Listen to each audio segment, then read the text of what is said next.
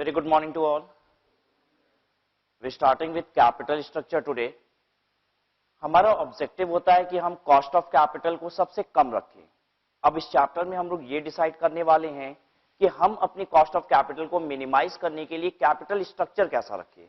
मतलब composition of डेब्ट, equity और प्रेफरेंस शेयर कैसा होना चाहिए.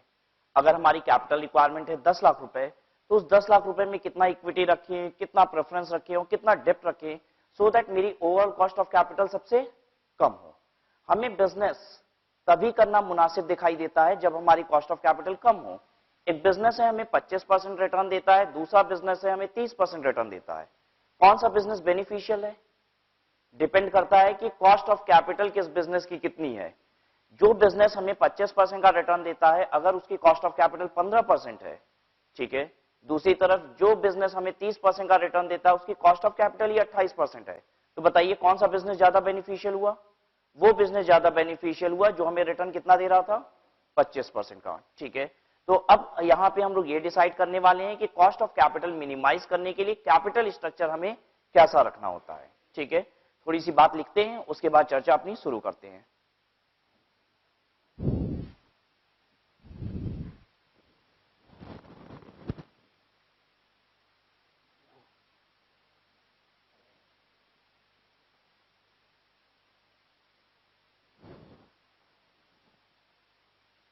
Capital structure means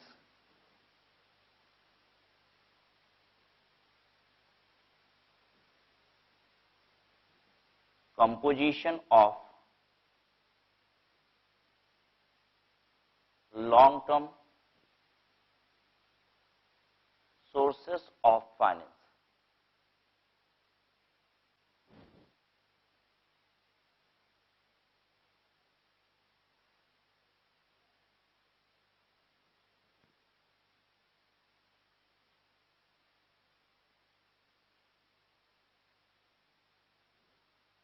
Capital structure is to determine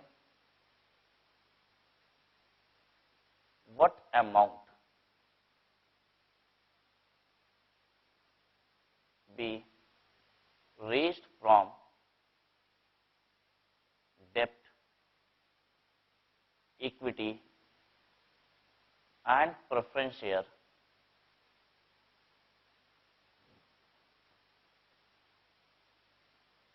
so as to make optimum capital structure.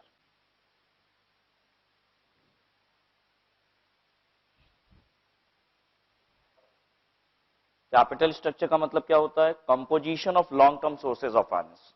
और ये लॉन्ग टर्म सोर्सेज होते क्या है? डेब्ट, इक्विटी और प्रेफरेंस. इन्हें कहा जाता है लॉन्ग टर्म सोर्सेज. इस चैप्टर में हम लोग ये डिसाइड करने वाले हैं कि कैपिटल कंपोनेंट कैसा होना चाहिए, डेब्ट, इक्विटी और प्रेफरेंस कितना होना चाहिए मेरी कैपिटल स्ट्रक्चर में. ऑब्जेक्टिव क्या है? हमें क्या बना देना है? Optimum capital structure. तो अगली बात होने वाली है कि ऑप्टिमम कैपिटल स्ट्रक्चर किसे कहते हैं. ठीक है, हेडिंग दीजिए, optimum capital structure. Capital structure at which cost of capital is minimum. जहां पे कॉस्ट ऑफ कैपिटल सबसे कम होती है उसे कहा जाता है ऑप्टिमम कैपिटल स्ट्रक्चर. क्लियर है? और मेरा ऑब्जेक्टिव क्या है यहां पे? ऑप्टिमम कैपिटल स्ट्रक्चर बनाना. जहां पे कॉस्ट ऑफ कैपिटल सबसे कम होती है वहां पे बिजनेस की वैल्यू सबसे हाई होती है. तो हम लिख रहे हैं capital structure eight which cost of capital is minimum and value of business is maximum. जहां पे कॉस्ट ऑफ कैपिटल सबसे कम होती है और बिजनेस की वैल्यू सबसे हाई होती है. इनफैक्ट ये दोनों चीजें पैरेलली चलती है. आपकी कॉस्ट ऑफ कैपिटल जितनी कम होती जाएगी, बिजनेस की वैल्यू क्या होगी? उतनी बढ़ती जाएगी. सबसे पहले हम आपको ये बात एक्सप्लेन करेंगे, यानी हम आपको ये चीज रिवर्स डायरेक्शन में पढ़ाना शुरू कर रहे हैं. हम सबसे पहले आपको ये बताने वाले हैं कि कॉस्ट ऑफ कैपिटल जब सबसे कम होती है तो बिजनेस की वैल्यू सबसे हाई होती है, और फिर उसके बाद बात करेंगे कि कॉस्ट ऑफ कैपिटल कैसे कम किया जाए। यानी फिर हमें कभी भी जब भी हम डिस्कशन कर रहे हैं तो आपको एक साथ दो बातें नहीं बोलनी होगी। हम जैसे ही बोलेंगे कॉस्ट ऑफ कैपिटल कम हो रही है तो आप अपने आप ऑटोमेटिक समझ जाओगे कि बिजनेस की वैल्यू बढ़ रही होगी। ठीक है, तो ये बात हर जगह इंक्लूड ना करना पड़े, इसलिए पहले इस बात को सेटल कर देते हैं कि कॉस्ट ऑफ कैपिटल कम होती है तो बिजनेस की वैल्यू हायर होती है, ताकि पूरे डिस्कशन में हमें सिर्फ एक ही बात करनी हो आपसे, दैट इज कि कॉस्ट ऑफ कैपिटल कैसे कम किया जाए। क्लियर है?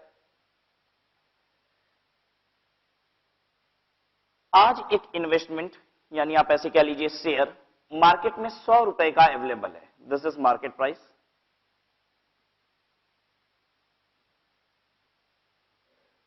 ये 100 रुपए का क्यों अवेलेबल है? क्योंकि ये शेयर होल्डर की डिमांड को मीट कर रहा होगा, शेयर होल्डर की एक्सपेक्टेशन को मीट कर रहा होगा। ठीक है, शेयर होल्डर की एक्सपेक्टेशन है 10%, तो निश्चित है इस कंपनी का ईपीएस कितना होगा? कंपनी कितना दे रही होगी? 10 रुपए दे रही होगी। आज ये कंपनी 100 रुपए के शेयर पे 10 रुपए दे रही है, इसलिए ये कंपनी के शेयर बिक रहे हैं। कहने का मतलब ये है कि शेयर होल्डर की एक्सपेक्टेशन है 10%, और ये शेयर 10 रुपए दे रहा था, इसलिए लोग इसको कितने में खरीदने को तैयार थे? 100 रुपए में। ठीक है, जिसे हम शेयर होल्डर की एक्सपेक्टेशन कह रहे हैं, क्या कंपनी की यही कॉस्ट नहीं है कैपिटल की? बिल्कुल यही कंपनी की कॉस्ट है।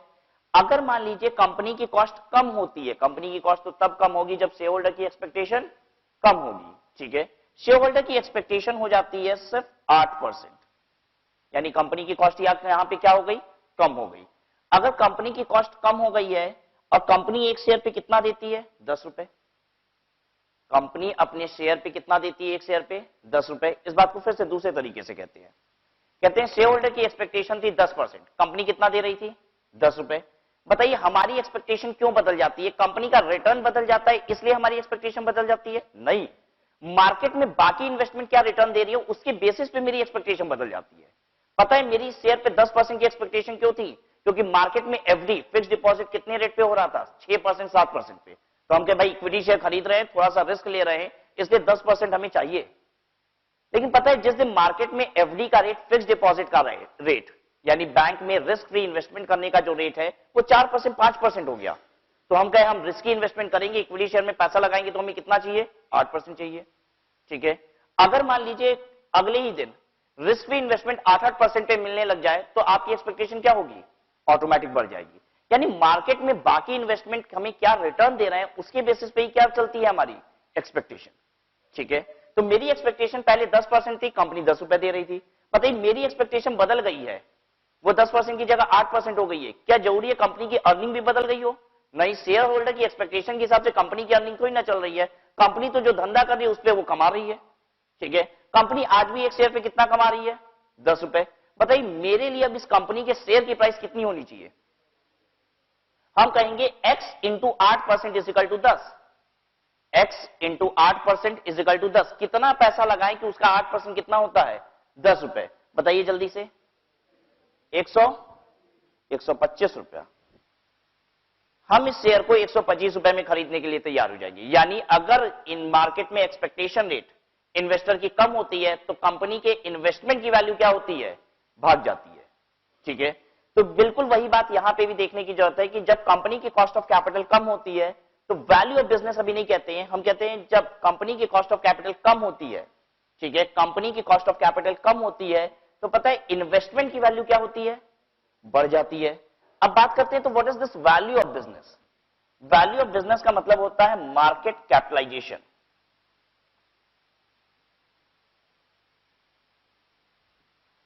मार्केट कैपिटलाइजेशन का मतलब क्या होता है? Market value of capital.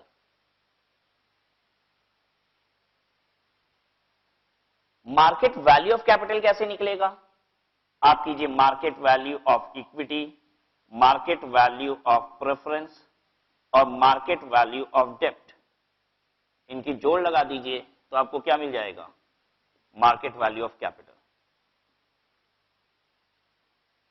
अब एक की बात करते हैं, मार्केट वैल्यू ऑफ इक्विटी कैसे आया होगा?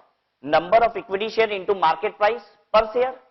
अब मार्केट प्राइस पर शेयर ये रहा, जैसे ही कॉस्ट ऑफ कैपिटल कम हुई मार्केट प्राइस शेयर की भाग गई।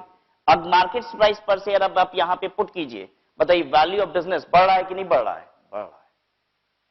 सबको इतनी बात समझ में आई कि जब कॉस्ट ऑफ कैपिटल कम होती है तो बिजनेस की वैल्यू बढ़ जाती है। बिजनेस की वैल्यू बढ़ जाने का मतलब क्या हुआ यहां पे कि जब कॉस्ट ऑफ कैपिटल कम होगी यानी कि एक्सपेक्टेशन ऑफ इन्वेस्टर कम होगी, एक्सपेक्टेशन ऑफ इन्वेस्टर कम होती है तो इन्वेस्टमेंट की वैल्यू बढ़ जाती है। और जिसे इन्वेस्टर इन्वेस्टमेंट कह रहा है वही कंपनी के लिए क्या है, long term sources of finance है। ठीक है, और वही long term sources of finance क्या है, बिजनेस की वैल्यू है। कंपनी के पास जो कैपिटल है उसकी मार्केट वैल्यू क्या रिप्रेजेंट करती है, उस बिजनेस की वैल्यू रिप्रेजेंट करती है।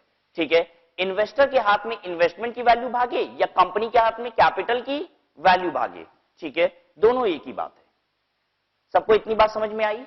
यानी कि हम ये बात स्टैब्लिश कर चुके हैं कि जब कॉस्ट ऑफ कैपिटल कम होती है तो बिजनेस की वैल्यू बढ़ जाती है। बिजनेस की वैल्यू क्या चीज होती है, market capitalization. What is market capitalization, market value of capital. ठीक है, जिसे हम मार्केट वैल्यू ऑफ कैपिटल कह रहे हैं, इन्वेस्टर उसी को क्या बोलता है, इन्वेस्टमेंट की वैल्यू। ठीक है, और इन्वेस्टमेंट की वैल्यू कैसे बढ़ती है, जब इन्वेस्टर की एक्सपेक्टेशन कम हो जाती है। ठीक है, पता है इन्वेस्टर की एक्सपेक्टेशन बढ़ जाएगी तो क्या होगा, इन्वेस्टमेंट की वैल्यू कम हो जाएगी। ठीक है, कंपनी के टर्म्स में बात करें तो क्या होगा, बिजनेस की वैल्यू कम हो जाएगी। अगर इक्विटी शेयर की वैल्यू कम हो जाए, प्रेफरेंस शेयर की वैल्यू कम हो जाए, डेब्ट की वैल्यू कम हो जाए तो कंपनी के बिजनेस की वैल्यू क्या होगी, कम हो जाएगी। क्लियर है सबको?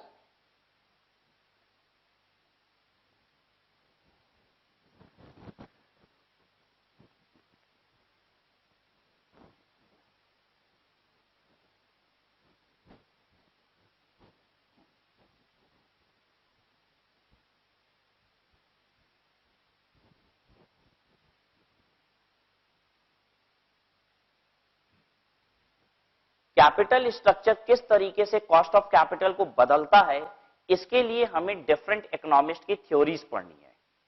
ठीक है, कुछ बुद्धिजीवी लोगों ने क्या किया है, अपनी थ्योरी दी है कि कैपिटल स्ट्रक्चर और कॉस्ट ऑफ कैपिटल किस तरीके से रिलेटेड है, हम कैसे कैपिटल स्ट्रक्चर को बदलते हैं और कॉस्ट ऑफ कैपिटल बदल जाती है। तो अगर हमें कैपिटल स्ट्रक्चर अपना ऑप्टिमम बनाना है तो हमें इनकी थ्योरीज को क्या करना होगा, पढ़ना होगा। तो अब हम लोग देखने जा रहे हैं कि किस इकोनॉमिस्ट ने कौन सी बात कही है और वो किस तरीके से रिलेट करते हैं कि capital structure cost of capital को चेंज करता है। ठीक है, लेकिन एक बात तो कॉमन है, एक बात तो कॉमन है कि इन सभी ने पता है कैपिटल स्ट्रक्चर कैसा बताया है, इन सभी ने कैपिटल स्ट्रक्चर में सिर्फ दो कैपिटल की बात की है, one is equity and the other is डेप्ट। डेप्ट एक ऐसा सोर्स ऑफ फाइनेंस है जिसमें आपकी फिक्स्ड कमिटमेंट होती है, यानी आपको पेमेंट करनी ही करनी है इंटरेस्ट के रिस्पेक्ट में, वेदर यू आर अर्निंग और नॉट। और इक्विटी कैसा है, जब आप अर्न करोगे, जितना अर्न करोगे उतना दोगे। ठीक है, प्रेफरेंस शेयर जो होता है वो मिडवे होता है, somewhere between equity and preference, जिसमें दोनों का लगभग लगभग फीचर होता है। प्रेफरेंस शेयर में एक फीचर ऐसा है कि उसमें फिक्स्ड कमिटमेंट्स हैं, ठीक है, कि देना इतना ही है, लेकिन एक बात और है कि कमाएंगे तो देना है, नहीं तो नहीं देना है। ठीक है, डेप्ट में क्या है, डेप्ट में फिक्स्ड कमिटमेंट है और साथ में इररिस्पेक्टिव ऑफ अर्निंग देना है, मतलब 12% देना है तो 12% देना है, कमाते हैं कि नहीं कमाते हैं तो भी देना है। प्रेफरेंस शेयर के केस में क्या है कि अगर वो 12% प्रेफरेंस शेयर है तो फिक्स्ड कमिटमेंट है कि 12% देना है, लेकिन कमाएंगे तो देना है, नहीं कमाएंगे तो नहीं देना है। इक्विटी शेयर की बात करते हैं तो ना तो कोई फिक्स्ड कमिटमेंट है और ना ही ऐसा है कि इररिस्पेक्टिव ऑफ अर्निंग देना है, आप कमाओगे तभी देना है। ठीक है, यानी preference share goes somewhere midway of equity as well as डेप्ट। ठीक है, तो जो डिफरेंट स्ट्रक्चर वाले कैपिटल हैं, जिनका फीचर एकदम डिफरेंट है, इन सभी इकोनॉमिस्ट में उनके मिक्सचर की बात कही है कि आप कितना इक्विटी और कितना डेप्ट मिलाओगे और आप अपनी कैपिटल को की कॉस्ट को चेंज कर पाओगे। ठीक है, तो सबसे पहले थ्योरी पढ़ने से पहले हमें एक एजम्पशन लिखनी पड़ती है कि सभी थ्योरी ने क्या माना है कि कैपिटल का कंपोनेंट क्या होगा, डेप्ट और इक्विटी। क्लियर है बात? तो चलिए देखिए, assumption for all the theories of capital structure.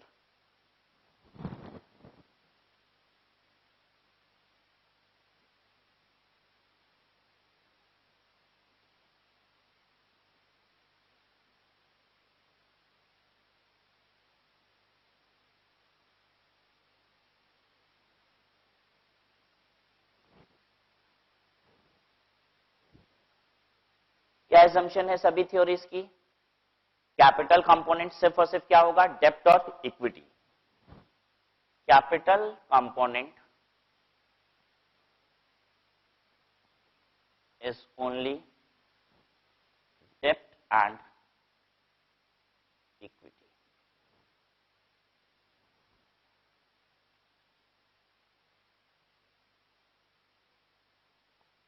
ठीक है, नेक्स्ट थ्योरी दे दीजिए, next heading, theories of capital structure.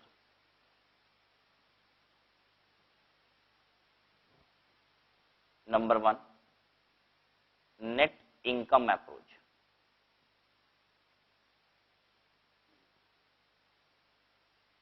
Short में इसे लिखते हैं NI approach.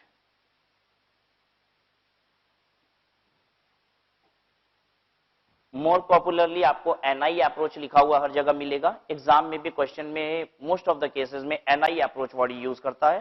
Full form is net income approach. Second is net operating income approach. In short, we write it as NOI approach.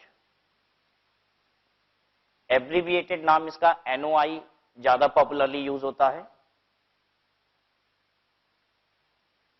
Third is Modigliani Miller approach.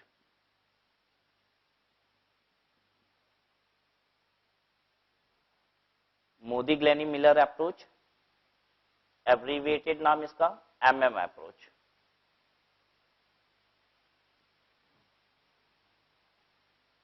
Fourth is traditional approach.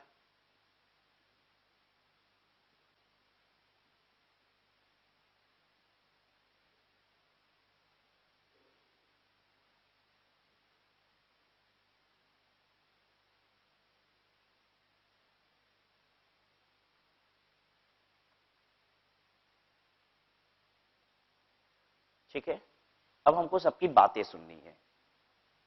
ये जो पहला वाला approach हमने लिखा है net income approach, ये दिया था ड्यूरेंट ने। ये थ्योरी किसकी है, ड्यूरेंट की। ठीक है, ये जो दूसरा अप्रोच आप पढ़ने जा रहे हो, that is net operating income approach, that has also been given by Durand. लेकिन ड्यूरेंट ने ये जो दो थ्योरीज दी हैं, वो थ्योरीज ईस्ट और वेस्ट है। मतलब एक में जो वो बात कहता है, दूसरी थ्योरी में वो क्या कहता है, जस्ट रिवर्स बात कहता है उसकी। ठीक है, मतलब इसने खुद ने दो ओपिनियन फॉर्म किए हैं और दोनों ओपिनियन क्या है, अपने आप में रिवर्स डायरेक्शन है। एक कहता है इस डायरेक्शन में भागो तो दूसरा कहता है इस डायरेक्शन में भागो। ऐसी दो थ्योरीज, कॉन्ट्राडिक्टरी थ्योरीज इन्होंने दी है। ठीक है, thereafter comes Modigliani Miller approach, MM approach. उसने लगभग ड्यूरेंट की इस वाली थ्योरी को ही फर्दर एक्सप्रेस किया है। ठीक है, तो MM approach is quite similar to this Durand approach, that is net operating income approach. ठीक है, इसी में कुछ उसने और एडिशनल बातें की है। मोर और लेस उसकी थ्योरी किससे सिमिलर है, NOI अप्रोच से।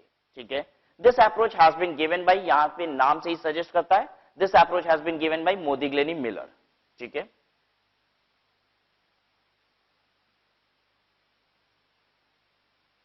ट्रेडिशनल अप्रोच ये किसी इकोनॉमिस्ट की दी हुई थ्योरी नहीं है। What is this traditional approach? Generally market में क्या ओपिनियन फॉर्म किया गया है कि capital structure cost of capital को किस तरीके से इफेक्ट करती है, इसके लिए जो मार्केट का ओपिनियन है, ठीक है, that is called traditional approach. Traditional का मतलब है बरसों से क्या ओपिनियन चला आ रहा है मार्केट में, लोग कैसे समझते हैं कि कॉस्ट ऑफ कैपिटल और कैपिटल स्ट्रक्चर इंटरलिंक्ड है। ठीक है, तो मार्केट में जो थ्योरीज लोगों ने अडॉप्ट कर रखी है, या जो मार्केट में ओपिनियन चल रहा है कि कॉस्ट ऑफ कैपिटल और कैपिटल स्ट्रक्चर कैसे रिलेटेड होते हैं, वो मिडवे ऑफ है NI approach and NOI approach. मतलब ये जो हम बात करेंगे, ये पता है कैसा होगा, आधा रास्ता ये वाला चलेगा और आधा रास्ता ये वाला चलेगा। ठीक है, लोगों ने जो ओपिनियन फॉर्म किया है वो NI अप्रोच और NOI अप्रोच दोनों के बीच का एक रास्ता अपना लिया है कि लगभग उनका मानना है कि कैपिटल स्ट्रक्चर इस कदर कॉस्ट ऑफ कैपिटल को बदलता है, इफेक्ट करता है। ठीक है, तो क्या ऊपर से सभी थ्योरीज का आइडिया लगा आपको? एक बार फिर से रिपीट करते हैं। NI अप्रोच किसने दिया? ड्यूरेंट ने दिया। NOI अप्रोच अगेन ड्यूरेंट ने दिया। लेकिन इस इंसान ने ये जो दो बातें कही वो कैसी थी दोनों? ईस्ट और वेस्ट, दोनों अलग अलग डायरेक्शन वाली, दोनों कंट्रोवर्शियल बात, एक बात दूसरी बात से एकदम विपरीत, ठीक है। Then comes MM approach. MM approach क्या है? एनओआई अप्रोच की एक्सटेंशन है। जो बात एनओआई अप्रोच में कही गई है ड्यूरेंट द्वारा, वही बात मेनली उसने कही है, बस थोड़ा सा उसी बात को बढ़ा चढ़ा के एक दूसरे तरीके से पेश कर दिया है, ठीक है। तो जो बात इस थ्योरी में कही गई है एग्जैक्टली वही बात इस थ्योरी में कही गई है, ठीक है। थोड़ी सी एडिशनल बात इस थ्योरी में हम लोग और जानेंगे। ट्रेडिशनल अप्रोच क्या है? ट्रेडिशनल अप्रोच किसी इकोनॉमिस्ट की दी गई थ्योरी नहीं है, ये मार्केट का ओपिनियन है जो बहुत पहले से चला आ रहा है, इसीलिए हम इसे कहते हैं ट्रेडिशनल अप्रोच। बहुत पहले से ये थ्योरी मार्केट में चली आ रही है, लोगों की ये ओपिनियन है। और ये ओपिनियन में हम क्या पढ़ने वाले हैं, ये कैसा अप्रोच है?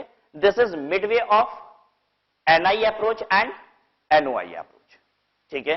तो चलिए एक एक करके थ्योरी समझते हैं। हालांकि इन सभी थ्योरीज को पढ़ने के बाद हम एक रिजल्ट पे पहुंच जाएंगे, मतलब हम एक फॉर्मूला डेवलप कर लेंगे, ठीक है। लेकिन आप बात मानिए, किसी भी फॉर्मूले की नॉलेज आपके पास अगर है भी, तो भी आप कोई भी क्वेश्चन सॉल्व नहीं कर सकते unless you know the theory. Exam में क्वेश्चन आते हैं जिसमें बिना थ्योरी की बात किए ही, मतलब बहुत सारी बातें ऐसी होंगी जो आपको लगेगा कि वो तो हमको फिगर ही नहीं दे रहा है। हमारा फॉर्मूला है this upon this is equal to this, ना तो मेरे पास ये है ना तो मेरे पास ये है, बस ये है, निकाले कहां से बाकी फिगर, ठीक है। वो बाकी फिगर तभी निकल सकती है जब आपको ये थ्योरीज पता है। मतलब फॉर्मूले की यूटिलिटी कौन कर सकता है, उसे यूज कौन कर सकता है? जो इस कॉन्सेप्ट को समझता है। यानी इस चैप्टर में आप कोई भी फॉर्मूला बेस्ड काम नहीं कर सकते, although formula is provided for this questions. हम आपको फॉर्मूला लिख के देंगे, आप उसे यूज कर सकोगे, लेकिन तभी यूज कर सकोगे जब आप इस कॉन्सेप्ट को समझते हो, ठीक है। अगर थ्योरी समझ में नहीं आती है तो हम सारी बात को एक्सप्रेस ही नहीं कर पाएंगे। वो फिगर हमें तब मिलता है जब हम थ्योरी को उसमें अप्लाई करते हैं क्वेश्चन में, तब फिगर्स को हम डेराइव कर पाते हैं, ठीक है। तो बहुत ध्यान से एक एक बात समझेंगे, starting with the very first theory, that is net income approach.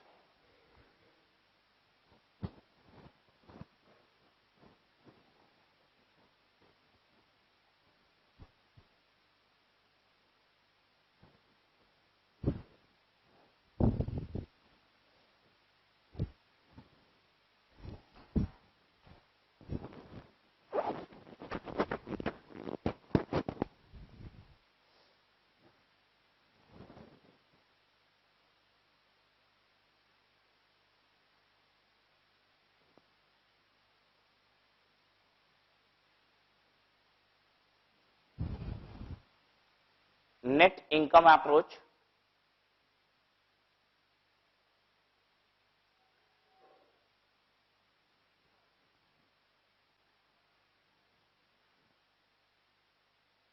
this approach was given by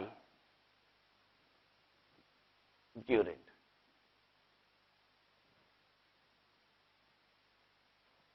This approach, it states that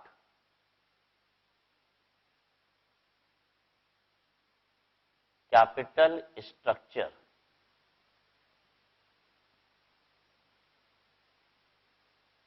affects the value of business.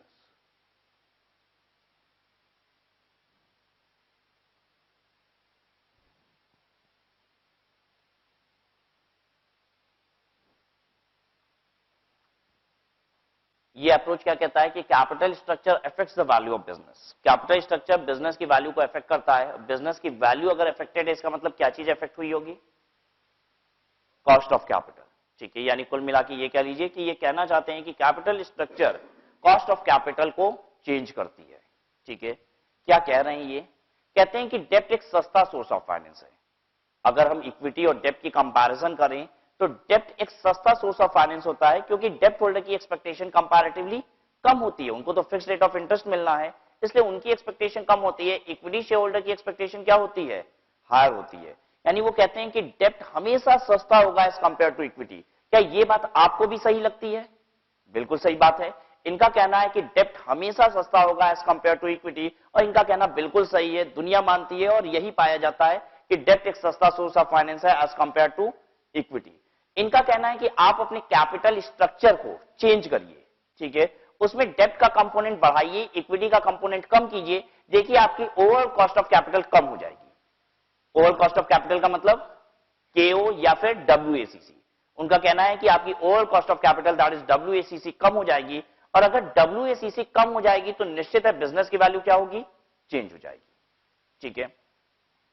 देखिए क्या कह रहे हैं, ये कहते हैं कि मान लीजिए आपकी कंपनी का कैपिटल स्ट्रक्चर कुछ ऐसा है, इक्विटी 8 लाख रुपीस और डेप्ट 2 लाख रुपीस, ठीक है। इनका कहना है कि इक्विटी की कॉस्ट जो होगी वो कंपैरेटिवली हायर होगी ऑफ डेप्ट। मान लेते हैं कि डेप्ट की कॉस्ट है 8%, तो इनका कहना है इक्विटी की निश्चित है ज्यादा होगी, मान लीजिए 14%। तो कह रहे हैं कि आप अपनी WACC चेक कीजिए कितनी आ रही है। WACC is equal to wait equity into cost equity plus wait dept into cost dept. Wait equity 8/10, 10 lakh की कैपिटल में 8 लाख की इक्विटी, 8/10 इंटू 14 प्लस 2/10 इंटू 8, देखिए कितना आ गया,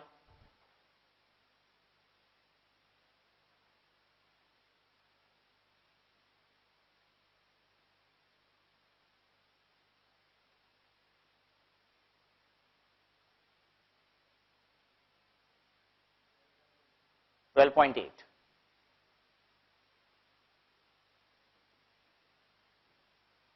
ड्यूरिन कह रहे हैं कि साहब ये जो 10 लाख रुपए की आपकी कैपिटल है ना, इसको थोड़ा सा बदल के देखिए, ठीक है। इसमें डेप्ट का कंपोनेंट बढ़ाइए, इक्विटी का कंपोनेंट कम कीजिए। मतलब मान लीजिए 2 लाख रुपए वो कह रहे हैं कि डेप्ट और रेस कर लीजिए, इसको 4 लाख कर लीजिए, तो इक्विटी कितनी हो जाएगी मेरी, 6 लाख। उनका कहना है कि कैपिटल स्ट्रक्चर को बदलिए, कैपिटल को मत बदलिए। कैपिटल कितनी है, 10 लाख। हम बात कर रहे हैं कैपिटल स्ट्रक्चर को बदलने की। कैपिटल स्ट्रक्चर का मतलब क्या है, कंपोजिशन जो डेप्ट इक्विटी का है वो चेंज करना, ठीक है।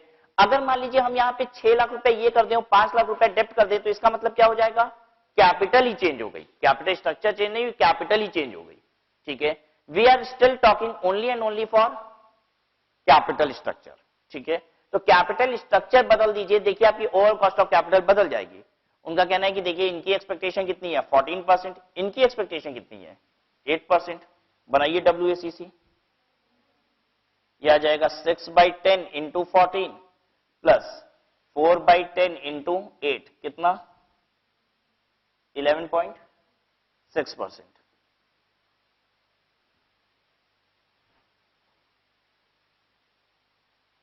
ठीक है। और अगर आपकी ओवरऑल कॉस्ट ऑफ कैपिटल कम हो गई तो निश्चित है बिजनेस की वैल्यू क्या हो रही होगी, बढ़ रही होगी। आइए इस बात को फिर से जस्टिफाई करते हैं एक बार कि बिजनेस की वैल्यू कैसे बढ़ रही होगी, ठीक है। एक इन्वेस्टमेंट की रिटर्न से क्या आप इन्वेस्टमेंट की वैल्यू निकाल पाते हो, आपने सीखा है। आज इन्वेस्टमेंट की वैल्यू क्या होगी, आज के बाद से आने वाला रिटर्न इनफाइनाइट टाइम तक डिवाइडेड बाय जिस रेट से आ रहा है, यही तो सीखे हम लोग। बताइए एक सेविंग बैंक अकाउंट में अगर हम आज 100 रुपए जमा कर देते हैं, वो सेविंग बैंक अकाउंट हमको हर साल कितना रिटर्न देता है, 10%, तो हमें हर साल कितना मिलेगा। अगर 100 रुपए एक सेविंग बैंक अकाउंट में जमा कर दिया हमने, हर साल वो 10% देता है, तो कितना देगा, 10 रुपए। कब तक देगा, इनफाइनाइट टाइम तक, जब तक हम पैसा निकाल नहीं लेते। तो क्या इस बात को दूसरी तरीके से नहीं कहा जा सकता कि अगर हर साल 10 रुपए मिल रहा है और आपकी एक्सपेक्टेशन 10% है, तो वो इन्वेस्टमेंट कितने का होगा, 100 रुपए। यानी आप हमेशा इन्वेस्टमेंट की वैल्यू पता है कैसे निकाले हो, इन्वेस्टमेंट की value is equal to investment से आने वाला return divided by return percentage.